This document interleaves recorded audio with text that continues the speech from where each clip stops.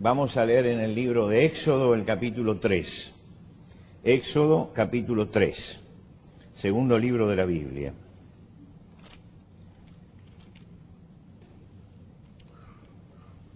Dice: apacentando Moisés las ovejas de Jetro, su suegro, sacerdote de Madián, llevó las ovejas a través del desierto y llegó hasta Horeb, monte de Dios.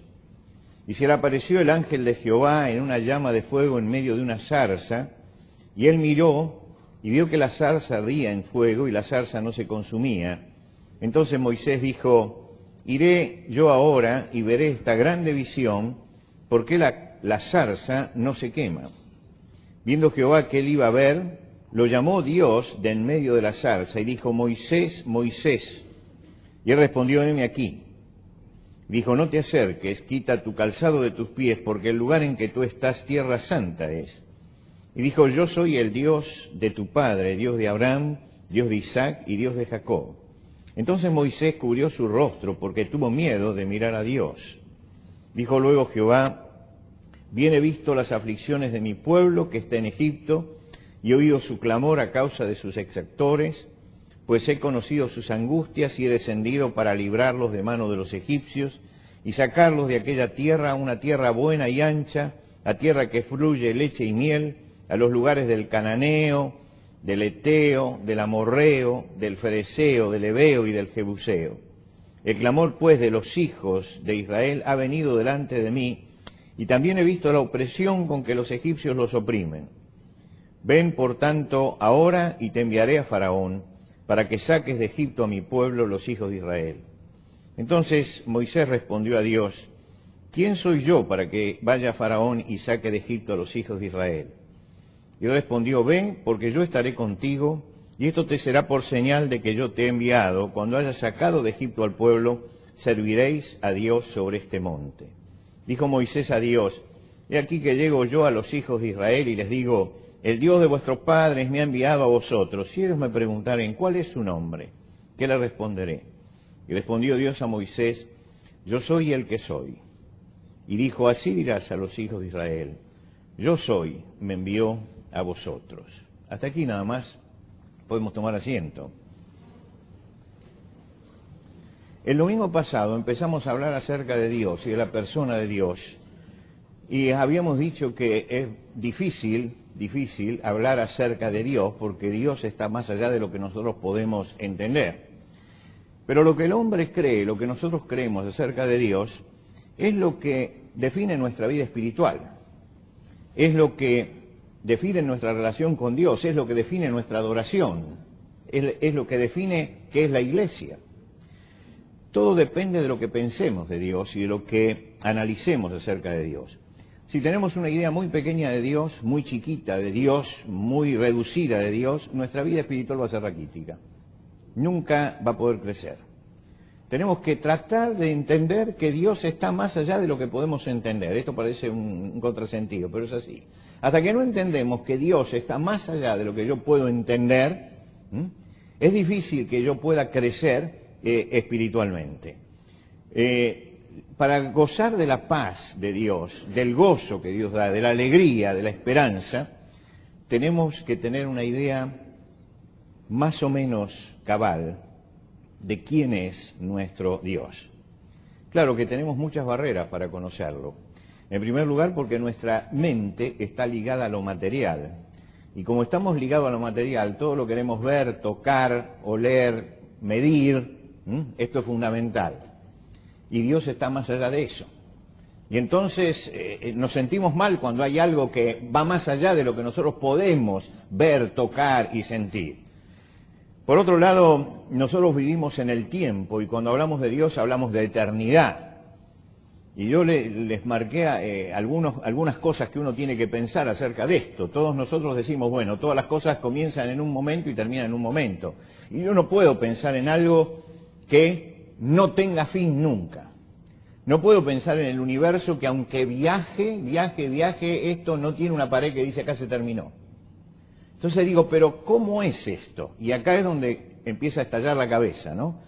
Y 2 o 3 hermanos me vinieron a decir que después de pensar eso, empezaron a sentir lo que yo llamo el vértigo, ¿no? Se siente como un vértigo interior de que acá hay algo que yo no lo puedo captar, algo que no lo puedo agarrar, algo que va más allá de mí, ¿no? Entonces, ¿cómo puedo entender lo que es eterno, lo que no termina? Ahí nos damos cuenta cuán chiquita es la capacidad humana para entender. Porque nosotros, que vivimos en un granito de arena en el universo y estamos acá, queremos comprenderlo todo. Y Dios nos desafía y nos dice, miren, no lo vas a poder entender. Y en ese sentido aparece la sabiduría del rey David, que en vez de tratar de entender la omnipresencia de Dios, la omnipotencia, la omnisciencia, él dijo, bueno, si Dios es omnisciente, yo no voy a tratar de entender por qué es omnisciente, voy a decir, me conoce bien, porque lo sabe todo de mí. Si Dios es omnipresente, entonces me siento tranquilo, porque donde yo esté, el Señor va a estar. Pero no intentó hacer lo que hacemos los occidentales, tratar de entender qué es esto. Dios está más allá de nuestra comprensión.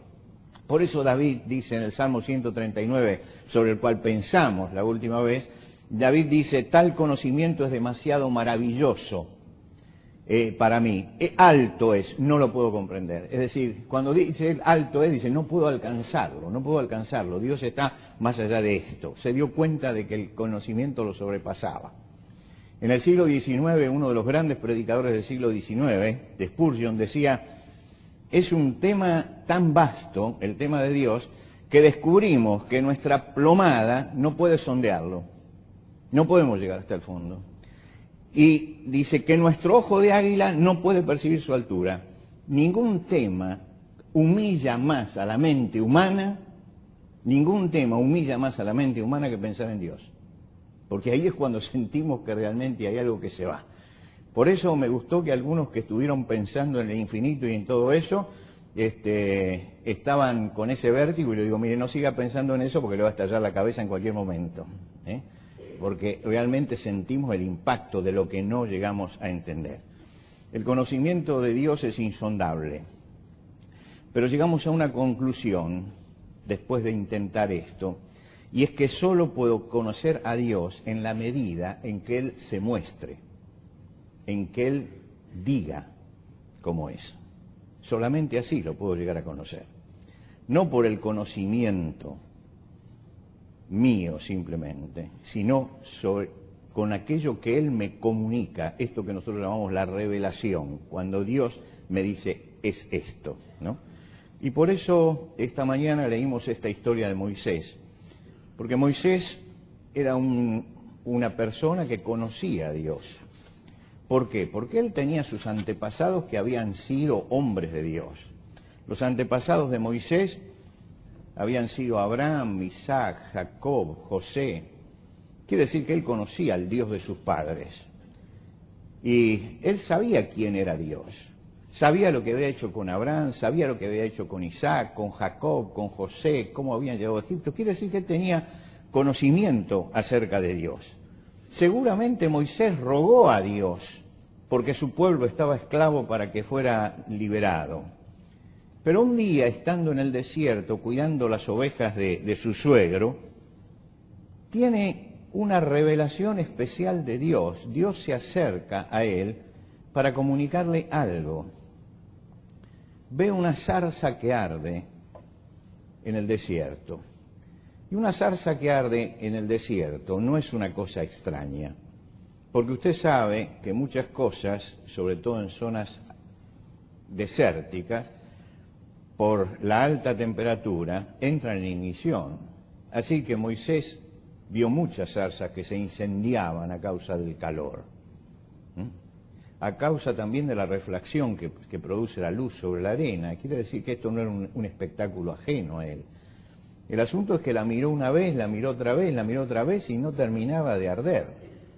Y entonces ahí surge la curiosidad humana. Si es una zarza que se está quemando, en algún momento se tiene que terminar de quemar, pero esta zarza no se consume, no se termina de quemar. Y entonces le llama la atención y se acerca para ver, típico del hombre, quiero saber. En alguna forma quiero saber qué es lo que está pasando. Y entonces dice que viendo Dios que se acercaba, le dijo, Moisés, Moisés, Y ahí él siente que está frente a lo sobrenatural. Y frente a ese milagro que lo toca allí en el desierto, él se detiene y escucha que Dios le dice, no te acerques, no te acerques. Quita el calzado de tus pies porque el lugar en que tú estás es tierra santa. Es tierra santa. Y entonces ahí empiezan las normas. Dios le pone un límite. Dice, acá no podés entrar con el calzado puesto. Ahora, ¿por qué no podía entrar con el calzado puesto? Entre los orientales el calzado es lo que los protegía de la contaminación y de la corrupción del camino. Quiere decir que era todo lo que llevaban ellos consigo. Por eso cuando llegaban a las casas, aún lo hacen muchos orientales, se sacan los zapatos y los dejan en la puerta. Y en la casa se entra sin zapatos, para no contaminarla. En las mezquitas hoy, cuando usted entra, tiene que descalzarse, no puede entrar con los zapatos. Y entonces le dice, quítale el calzado de tus pies, el lugar en que pisas es santo. Ahora, no es que a Dios le preocupara las sandalias de Moisés, no le preocupaba eso. Le preocupaba señalar un límite. Acá estoy yo, que soy santo, y ahí estás vos, que sos pecador. Entonces le está trazando un límite. Le está diciendo, acá se va a relacionar un hombre con su Dios. Por lo tanto, tiene que hacerlo con cuidado. Tiene que hacerlo con cuidado. Tiene que hacerlo con cuidado. Tiene que hacerlo con reverencia, porque acá está Dios.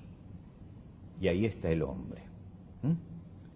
Fíjense que Moisés no dijo ese día, bueno, un aplauso para Dios, que se ve tanto ahora. No salió por ese lado. ¿Por qué? Porque la presencia de Dios lo golpeó profundamente. Entonces era una cuestión de aplaudir, era cuestión de que estaba frente al Todopoderoso. Y entonces él le dice, yo soy el Dios de tus padres, soy el Dios de Abraham, de Isaac y de Jacob. Y esto ya me da la clave de que él lo conocía. Y en ese momento que él escucha eso, dice, cubrió su rostro porque tuvo miedo de mirar a Dios. Tuvo miedo. Por supuesto que este miedo es un miedo muy particular. No es el miedo ante lo desconocido, porque él sabe cuál es la actuación de Dios y cómo Dios trató con Abraham, con Isaac, con Jacob. Y sabe que si lo está llamando no es para bajar un rayo y destruirlo, sino que lo está llamando por algo. No es un Dios amenazante, no es un Dios imprevisible, pero él lo que tema es porque está frente a un Dios incomprensible, que es distinto. Lo que yo no comprendo produce en mí temor. Quiere decir que si podemos dividir las dos palabras, diríamos que miedo es lo que yo tengo frente a lo que no puedo manejar, lo imprevisible. Pero Dios es previsible. Yo sé cómo piensa Dios y sé qué es lo que Dios busca del hombre. Lo que pasa que Dios es incomprensible y él estaba frente a lo que no se puede comprender. La presencia de lo sobrenatural lo conmueve profundamente y entonces se cubre el rostro, se tapa la cara porque está delante de la presencia de Dios. Y yo creo que esto es una de las cosas que son constantes en la palabra de Dios, que cada uno que se acerca a Dios se siente esa presión de la presencia de Dios, esa presión que apabulla, que inquieta, que aplasta, porque estamos frente al Señor mismo del universo. Y Moisés le hace dos preguntas. Fíjense que estas dos preguntas las podemos después hacer una síntesis. Él dice, ¿quién soy yo para que vaya a Faraón? Esta es la primera pregunta. La segunda pregunta es, si me preguntaren, ¿cuál es su nombre? ¿Qué les responderé? Se puede sintetizar, Señor, ¿quién soy yo? ¿Quién soy yo? Y Señor, ¿quién eres tú? La pregunta es, ¿quién soy yo? ¿Quién soy yo? Hasta ahora yo sabía quién era, Yo sabía quién era. Yo sabía que era un hebreo criado por los egipcios, que un fugitivo de la justicia egipcia, que apacentaba las ovejas de mi suegro y creía que Dios era el Dios de mis antepasados, era el Dios de mi pueblo, pero ahora se me mueve todo. ¿Quién soy yo? ¿Quién soy yo?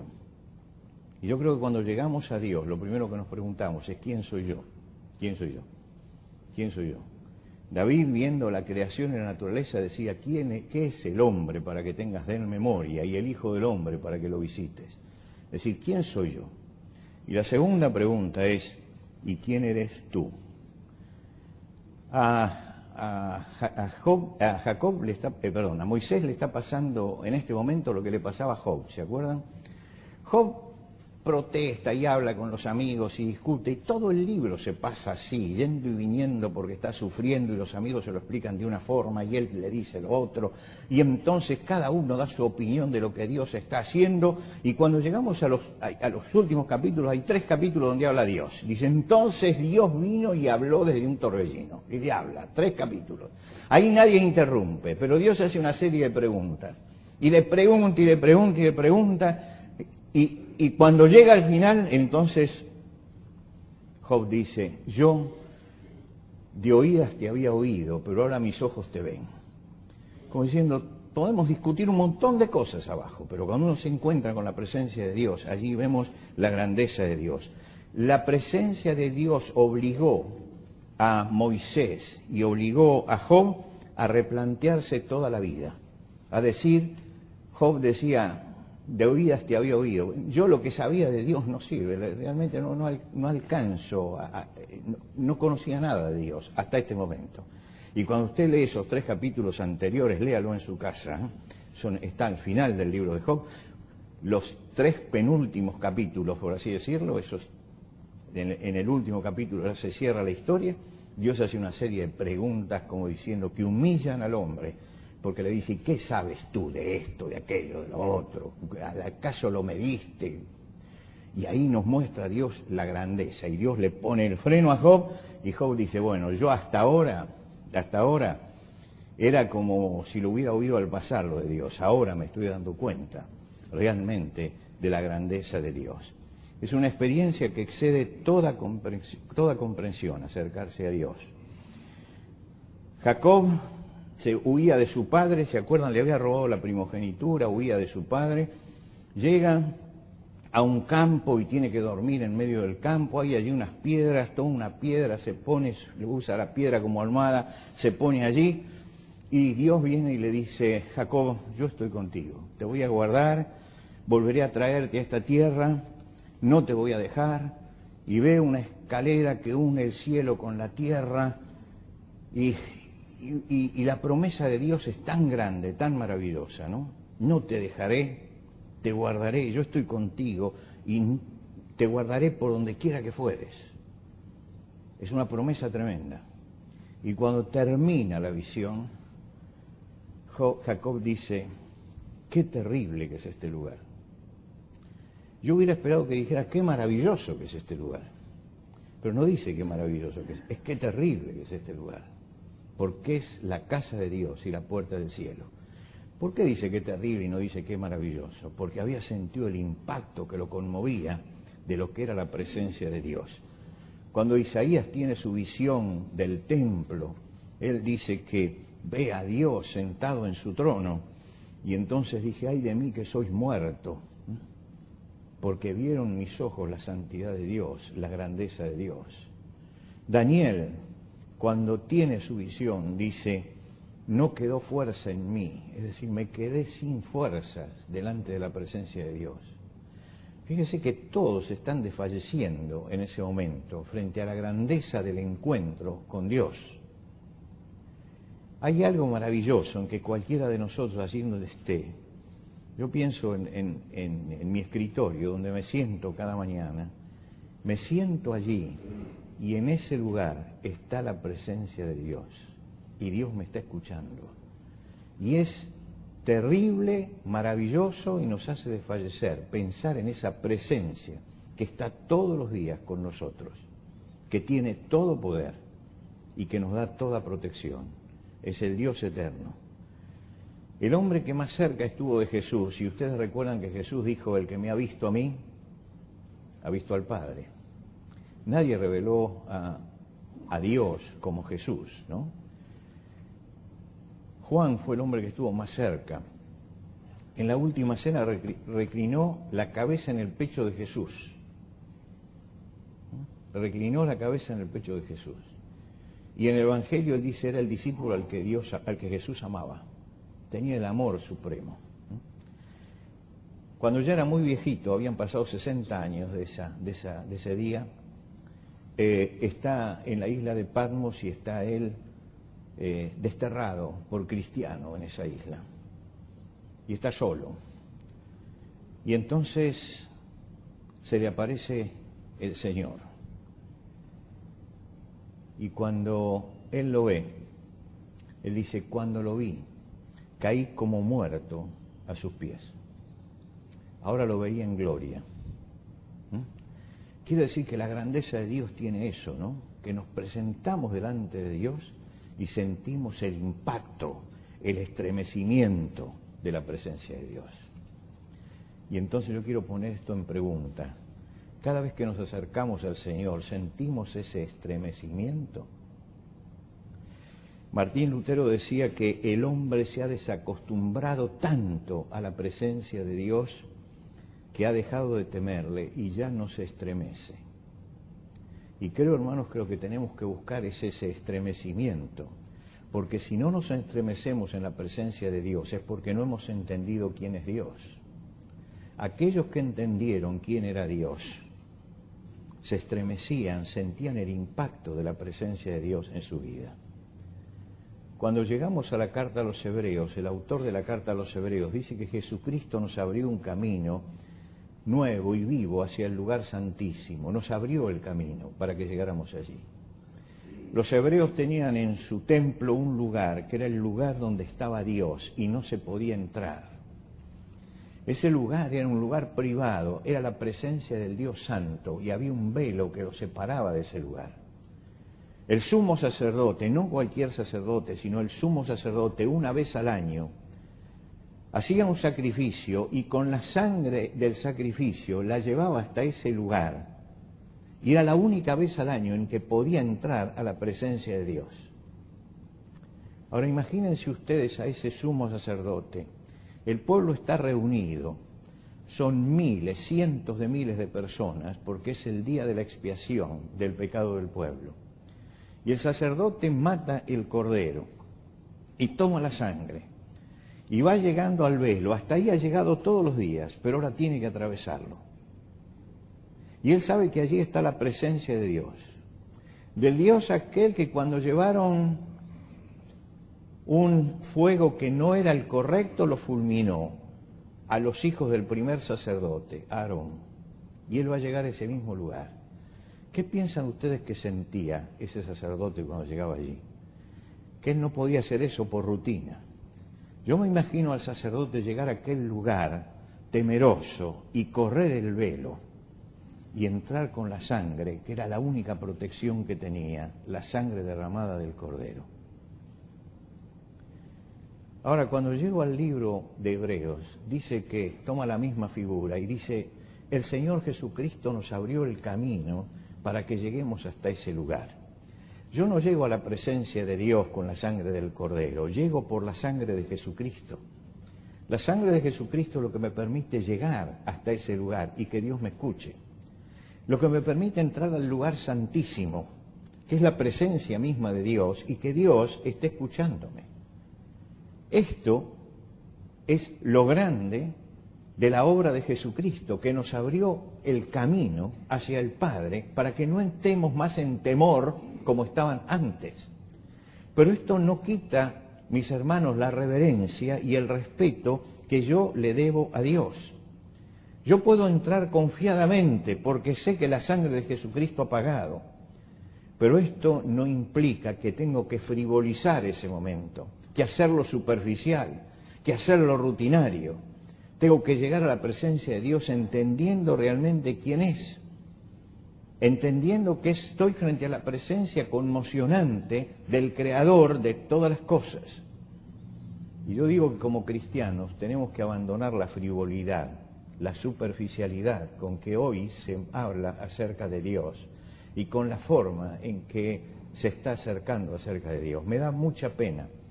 Mucha gente que digo no conoce a Dios, porque si conociera a Dios no lo haría en esta forma. Yo escucho gente que ora a Dios y quiere obligarlo a Dios. y le grita a Dios que tiene que sanar ahora. Como si Dios fuera su sirviente, como si estuviera con la lámpara de Aladino y salió el genio y entonces ahora me tiene que servir a mí. Esto es una falta de respeto a Dios. Pero esto lo que habla, hermanos, es de un desconocimiento de lo que Dios es. Porque si yo entiendo lo que Dios es, no le doy órdenes. La frivolidad de la alabanza y de la adoración, donde muchas veces todo se resume en un gran show, donde aplaudimos a Dios, y yo no estoy en desacuerdo con una iglesia que se aplauda, pero prefiero siempre que se aplauda a los hombres y no que se aplauda a Dios, porque Dios merece un culto especial que es la adoración. Y la adoración habla de un corazón rendido delante de Dios, la presencia de un Dios que nos sigue haciendo estremecer. Necesitamos valorizar lo sagrado, hemos perdido el sentido de lo sagrado, ese sentido de que esta mañana estamos aquí reunidos en la presencia de Dios, que donde hay 2 o 3 reunidos en mi nombre, allí estoy yo en medio de ellos. Y cuando yo pienso eso, que Él está aquí, tiemblo al abrir la Escritura, hermano. Tiemblo, porque Él está presente aquí. Y Él está midiendo lo que yo digo, lo que yo enseño, lo que yo estoy diciendo. Es estremecedor pensar en la presencia de Dios y en lo que el Señor prometió para nosotros. Para eso tenemos que recuperar ese estremecimiento, volver a valorar lo sagrado. Hay cosas que son sagradas, En nuestra cultura se juega con muchas cosas que son sagradas. No debe jugarse con cosas que son sagradas.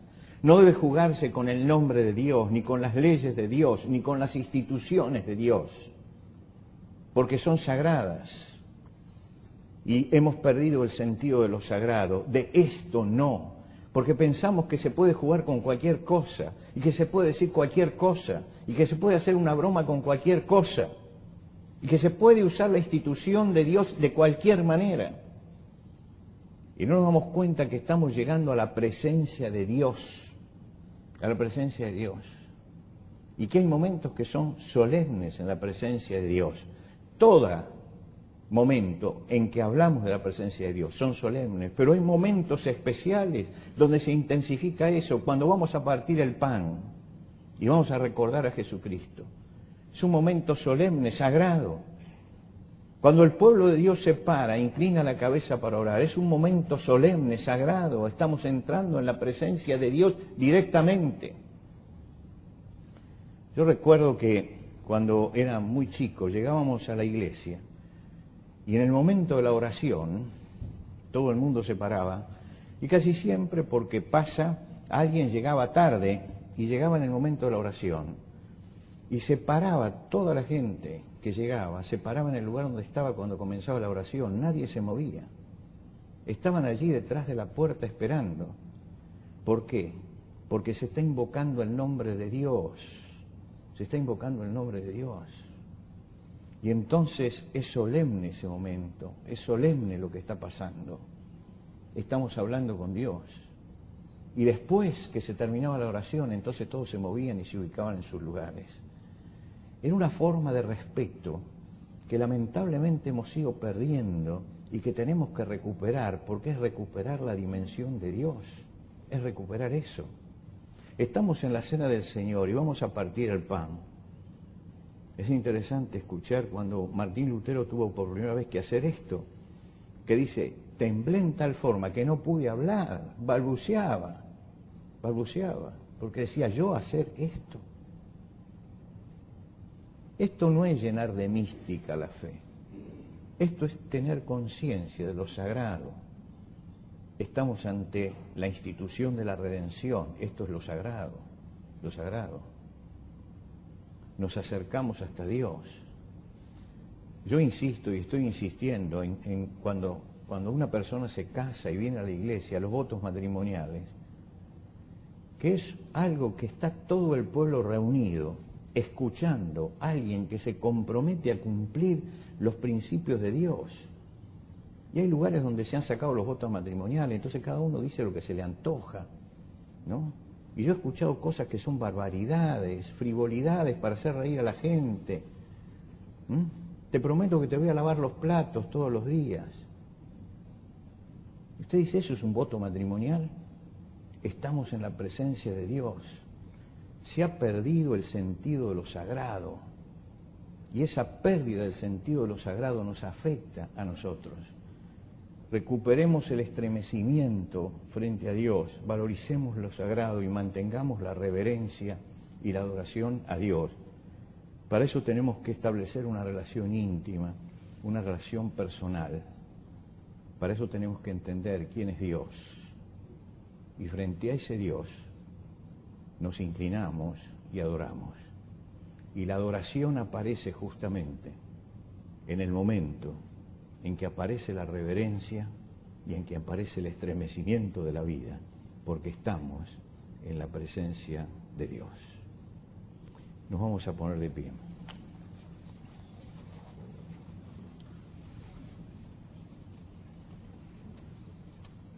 Vamos a orar al Señor. Yo les pido que nos inclinemos en oración delante de Dios en este momento.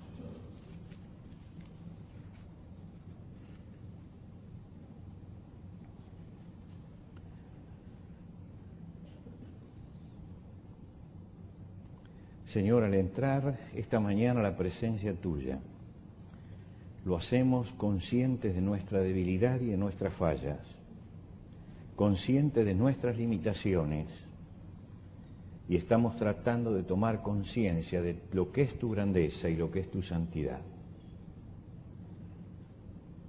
Y Señor, te rogamos que esta palabra que tú dijiste a Moisés,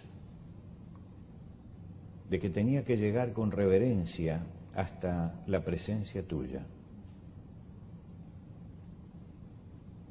pueda ser también nuestra experiencia como hijos tuyos en Cristo Jesús.